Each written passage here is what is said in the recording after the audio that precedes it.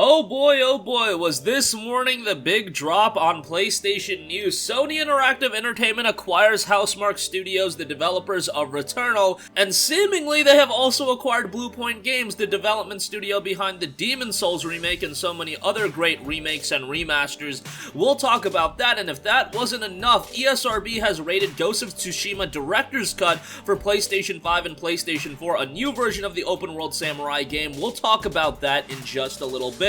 But let's go over the big news. It seemed like Sony wanted to roll out the red carpet for Housemarque coming to the PlayStation Studios family, and rightfully so. They are a great studio, but at the same time, Sony Interactive Entertainment tweeted out in a now deleted tweet that Bluepoint Games has also joined the PlayStation Studios. This came from the Japanese PlayStation Twitter account and has since been deleted, but the image is everywhere online. And if that wasn't enough, in the image where they acquired Bluepoint Studios while announcing it, Demon's Souls Remake is also pictured in the background, so it can't be that this was just like, oh, we put the wrong logo there.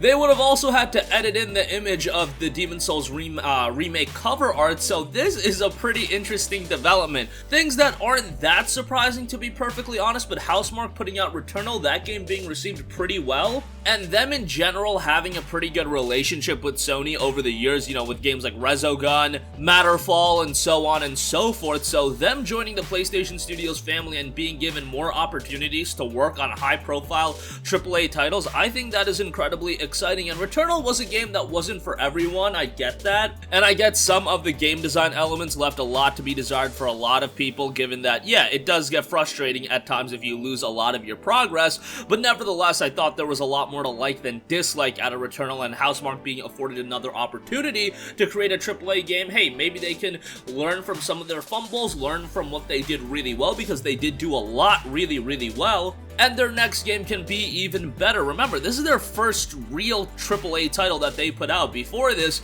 it was a lot of the Resoguns, the Super Stardust HDs of the world, the Dead Nations, and those are smaller budget titles, but Returnal was a big budget title, and let's see what they do next. I mean, it's gonna be a while given that Returnal just came out, probably a couple of years before we even hear about what they're working on next, but hey, Housemarque joining the fold of the PlayStation Studios, that is incredibly exciting, and I've been talking about how Sony needed to acquire more studios, given that Microsoft is acquiring studios left and right. If a deal is not struck with a Housemarque or a Bluepoint Games, they could just swoop in and take them, and they definitely don't want that. So that's exciting from a Housemarque standpoint. Bluepoint Games, the world is their oyster at this point. I don't even know if that's the correct saying. They just have a lot of options on what they want to do. I know a lot of people are suggesting the Metal Gear Solid 1 remake, which that would be incredibly exciting. I mean, a remake of Metal Gear Solid 1 would make people go crazy. A remake of A Legend of Dragoon. I mean, I'm just going to say that over and over again when I talk about Bluepoint Games. I'm going to will it into existence, even though there's probably a negative percentage chance of it happening. But nevertheless, I could still keep asking for it. And I see you guys in the comment section. There's a couple of you out there, maybe like 2 people out of the people that watch this video that also want that Legend of Dragoon remake. I mean, holler at me, and maybe we can get it done. But nevertheless, Bluepoint Games, whatever they work on, based on their work on the Demon's Souls remake as well as the Shadow of the Colossus remake, they can do whatever they want, and it would be cool to see them do a brand new game outside of a remake. I don't know how big their studio is, but if they can somehow expand and get to the point where they can work on a remake and a brand new title at the same time, I mean, that would be incredibly exciting, where they could put out a Metal Gear Solid remake and they could do something else. Or, hey, how about 2 remakes? That would increase the chance of the aforementioned Legend of Dragoon remake. But I would have to imagine that internally they do also want to get to a point where they're creating their own original IP, so we'll see how that turns out. It looks like this acquisition is something that is a foregone conclusion at this stage of the game, but definitely 2 solid acquisitions by Sony here. Housemarque gonna offer a style of game that a lot of the other Sony games don't really offer, and Bluepoint, you know, again, the world is their oyster in terms of what they want to do. They can do remakes, they can do new IPs, and people are gonna get excited for them all the same.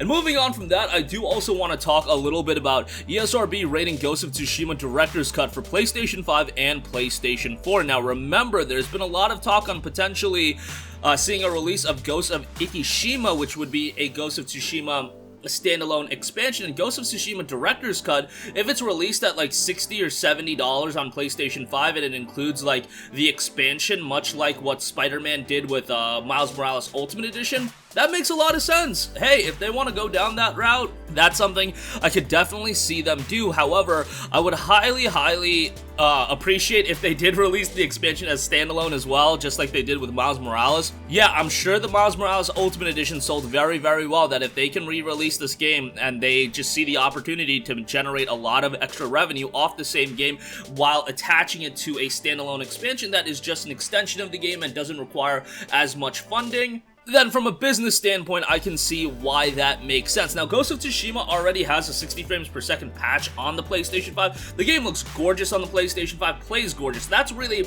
the main thing. 60 FPS is a game changer to that game, so that's why I said a lot of the times, if you are planning on getting a PS5 and you have yet to play Ghost of Tsushima on your PS4, I would honestly just wait until you get a PS5. That's because I really value 60 FPS though, so if you guys don't care about it, I mean, go ahead and play it. It's an incredible game, and probably my game of the year in 2020, either that or the FF7 remake, but I think Ghost of Tsushima does take the cake based on the fact that, in my opinion, it's got one of the best endings to a video game ever. I think a lot of you guys would agree with me on that. The side content is actually incredibly compelling, and it's not just tacked on, and the main story itself is great, and the world is absolutely gorgeous. The attention to detail in that game is second to none, seemingly, as far as PS4 exclusives went, and now to see a director's cut, hopefully with that expansion, whatever it ends up being, that should be pretty good. I mean, if we see more of these Miles Morales type expansions to notable IPs that, you know, will shorten the time period between these studios putting out games, because it's a long time these days. You don't want to wait. I mean,